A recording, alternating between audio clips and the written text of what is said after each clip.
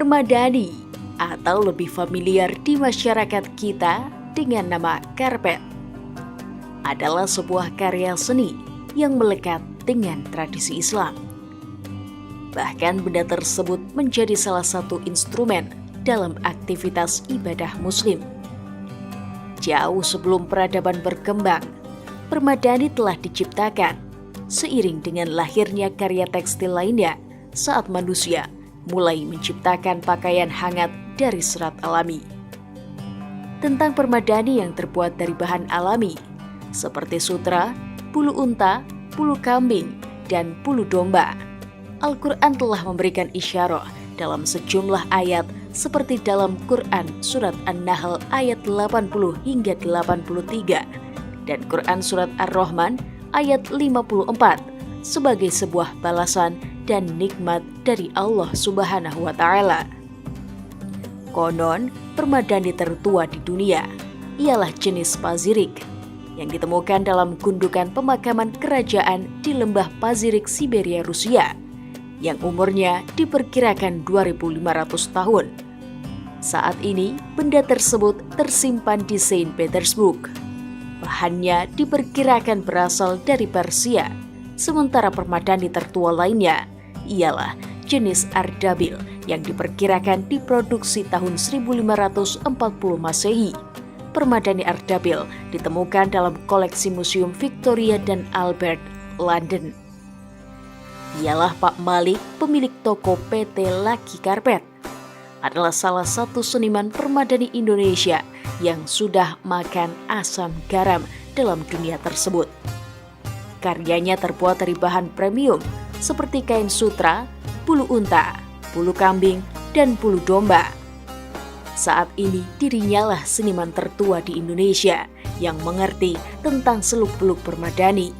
Dirinya tidak hanya sebatas pengrajin, melainkan juga seorang maestro sejati.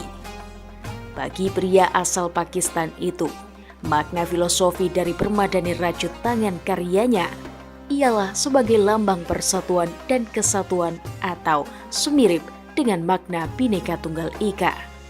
Makna itu didapat dari proses pembuatannya yang penuh dengan dedikasi, keikhlasan, sabar, serta diberkahi dengan doa dan zikir. Terbuat dari bahan bulu-bulu halus yang dirajut satu demi satu menjadi benang. Kemudian dari benang-benang itu, jadilah permadani rajut dengan karakter kuat, ramah terhadap lingkungan dan tidak mudah terurai, layaknya ikatan yang kokoh karena berbahan non-sintetis. Bagi Pak Malik, permadani tidak hanya sebatas seni dan tradisi, apalagi hanya sebatas alas. Melainkan di dalam permadani terkandung nilai spiritual yang amat keramat. Selama proses produksi, para pekerja diwajibkan suci dari hadas, tidak mencela apalagi mengumpat dan seraya terus memanjatkan doa kepada Allah Subhanahu wa Ta'ala. Permadani ini bukan barang sembarangan di interior rumah seseorang. Orang itu tidak ngerti makna dan artinya. Yang seperti tadi beliau bilang, ini barang-barang yang sudah dibuat dengan segala macam ritual, doa, sama berusaha dengan perasaan, dengan cinta. Itu ada khasiatnya. Dan gak semua orang cocok dan gak semua orang tahu artinya. Sekarang zaman ini, ya beli murah, mesin segala macam, nggak tahu sintetis, nggak tahu yang membahayakan lingkungan untuk kesehatan segala macam, tidak peduli. Tapi kalau karpet ini ada spiritualnya, ada auranya, dan seperti kalau orang sakit datang ke toko obat beli obat sembarangan minum, belum tentu semua obat antibiotik cocok untuk semua orang. Itu harus ada orang yang ngerti, yang ahli, yang sudah punya dari sepuh-sepuh dan guru-guru spiritualnya ya punya izin. Gitu. Permadani Kalau di masyarakat Muslim rata-rata semua rumah punya, nggak akan ada yang paling kurang sajadah, ya kan? Setiap rumah itu kebutuhannya karpet itu, dan kelasnya dan kualitasnya itu nggak semua orang paham. Makna dan ruhnya karpet adalah Bhinneka Tunggal Ika. Dari macam-macam bahan, macam-macam motif, macam-macam warna, ukuran, dan daerah-daerah yang punya tradisi, misalnya Rusia beda, Asia beda, Iran beda, Pakistan beda, Kashmir beda, Turki beda. Ada motif seperti Indonesia punya ciri khas batik. Oh, ini batik Pekalongan, ini Solo, ini Cirebon, dan seterusnya. Ada artinya. Hijau simbol apa, merah simbol apa, hitam simbol apa, dan kombinasi itu jadi mulai dari bulu-bulu halus, misalnya sutra, bulu domba, bulu kambing, onta, itu kan jadi benang dulu, terus dikasih warna. Ada yang kasih warna alami, ada yang kasih warna kimia. Tapi kebanyakan yang tradisional yang pegang masih dengan kuat, mereka nggak mau berubah, masih konsisten. Jadi masih pakai. Nah, dengan musimnya, misalnya musim panas cocok yang warna apa, musim dingin cocok apa. Kalau sekarang boleh kata di ruangan AC apa, yang di ruangan tanpa AC apa, nggak semua orang paham. Dan makna setiap warna tuh beda-beda, dan untuk pribadi orang juga beda-beda. Sepanjang menjadi seorang pengrajin permadani, banyak kisah yang telah dilaluinya, yang salah satunya adalah ia pernah berkesempatan melayani hampir seluruh Presiden Republik Indonesia dari masa ke masa, mulai dari Pak Harto hingga Pak Jokowi. Dari sekian presiden yang dilayaninya, sosok Gus Dur lah yang memberikan kenangan tak terlupakan. Terdapat peristiwa yang dia alami yang menjadikannya yakin bahwa Gus Dur adalah waliullah. Selama ia memberikan layanan terhadap para petinggi negeri tersebut, percaya atau tidak, atas izin Allah, Tuhan yang Maha Kuasa, siapa yang ia layani dengan permadani serta doa-doanya, niscaya orang tersebut mendapatkan posisi terhormat di negeri ini. Ya, alhamdulillah. Saya dengan izin Allah dikasih kesempatan untuk melayani, mulai dari Pak Harto, Pak Habibie, Gus Dur, Megawati, Pak SBY, sampai Pak Jokowi. Tapi yang tidak bisa dilupakan itu Gus Dur. Allah yarham, beliau adalah waliullah. Ceritanya setelah Pak Harto turun, saya ke kiai saya, Maulana Mahmud Ahmad Cima.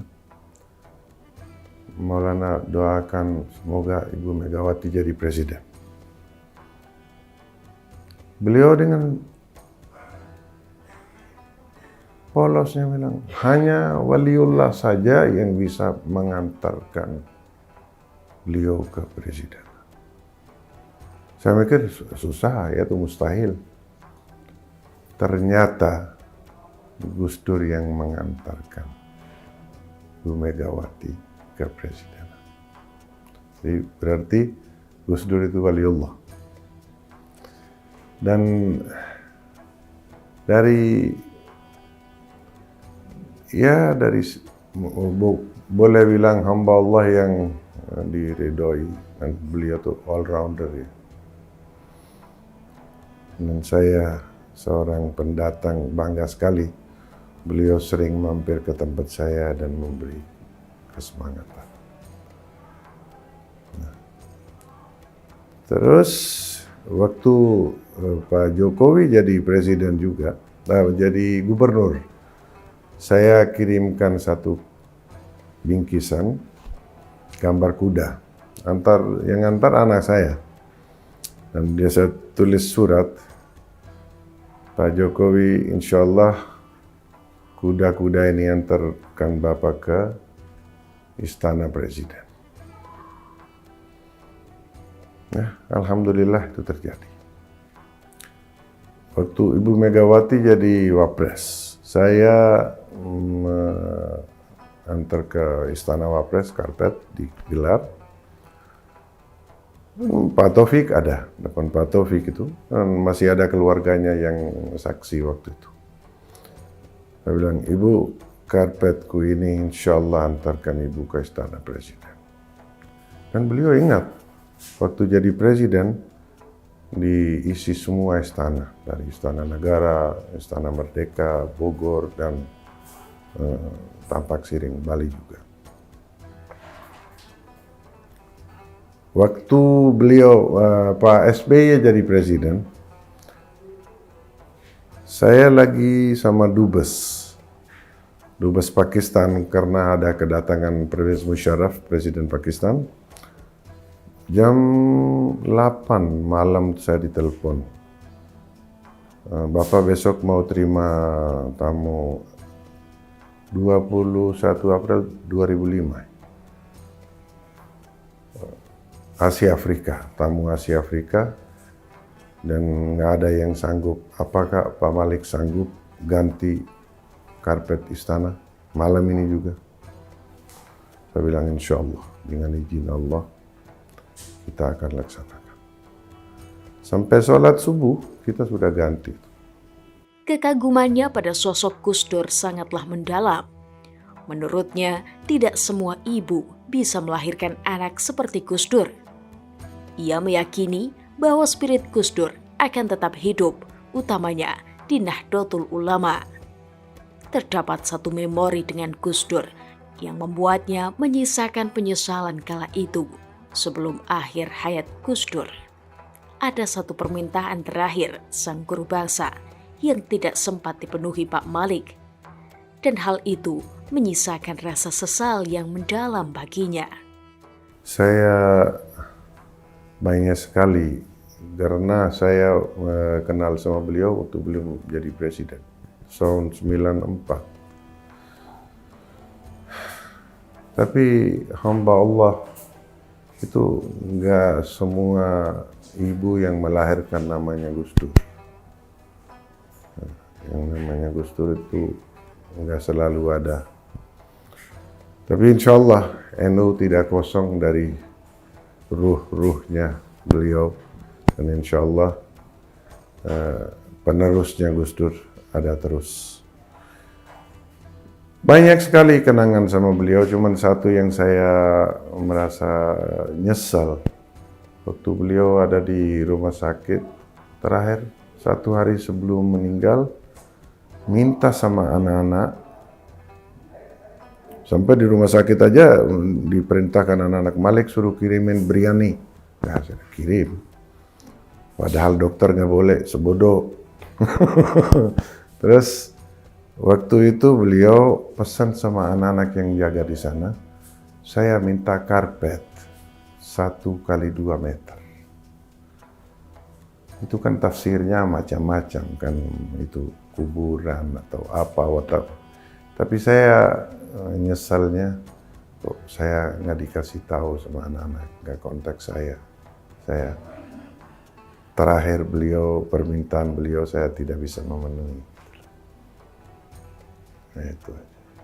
Melalui perjalanan panjangnya dalam dunia seni permadani, Pak Malik berpesan kepada seluruh masyarakat, rawatlah tradisi kita dengan baik. Jangan kita melupakan identitas ketimuran kita.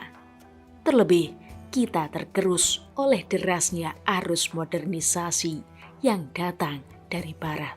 Saya cuma bisa sampaikan, orang-orang kaya Indonesia mau tinggal dengan tenang, dengan selamat di rumah-rumahnya, jangan gunakan karpet buatan mesin. Mesin nggak jadi masalah, asal bahannya bahan alami. Kalau bahan kimia itu itu memang tidak ramah lingkungan dan membahayakan kesehatan manusia dan bikin berantakan di rumah tangga, moodnya off, cekcok, dan panas suasananya. Seperti setiap pengusaha dan setiap maker karpet tangannya tuh belum tentu cocok untuk semuanya. Sekarang trennya anak-anak muda, karena Eropa itu trendsetter, sekarang harus minimalis, sekarang harus polos, begini. Jadi mau tenggelamkan budaya timur. Dan itu sayang, itu sayang. Saya tuh berjuang untuk selamatkan seni ini. Dan mudah-mudahan nggak dihabiskan oleh acara-acara yang dibikin dari Eropa. Soalnya anak-anak muda sekarang, lihat di rumah fulan, lihat di majalah ini, lihat di film itu belum tentu cocok buat rumah kalian, untuk aura kalian. Kalian diskusi sama dokter nggak? Saya ada masalah ini, langsung aja, saya mau cari ini ukurannya. Mau ini sendiri, mau obatin sendiri, karpet nggak bisa sembarangan, Pak. Dan sangat sensitif. Kalau dia cocok, dia angkat orangnya. Kalau dia tidak cocok, dia bisa jatuhkan.